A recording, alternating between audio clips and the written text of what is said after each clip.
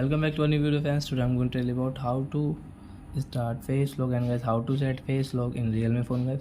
Today I'm going to tell you about how to set face lock in realme phone, guys. Today I'm going to tell you about how to set.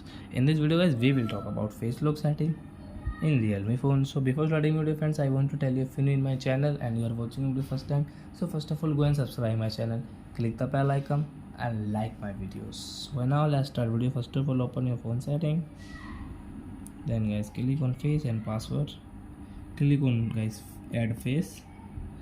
We have to wait guys 5 seconds, continue, and guys we will have to set any pattern, any password, guys. Then we can, for example, for guys I'm taking this password,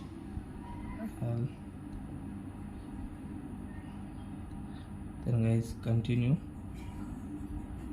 Guys we have to show our face, so I am going to pause video. So guys, after showing your face, guys, it will cut. So guys you can see, guys, face lock has set it.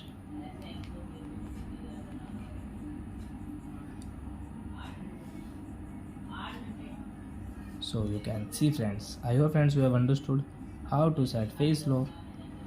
And guys when I will show my face, guys, you can see, friends, phone will open.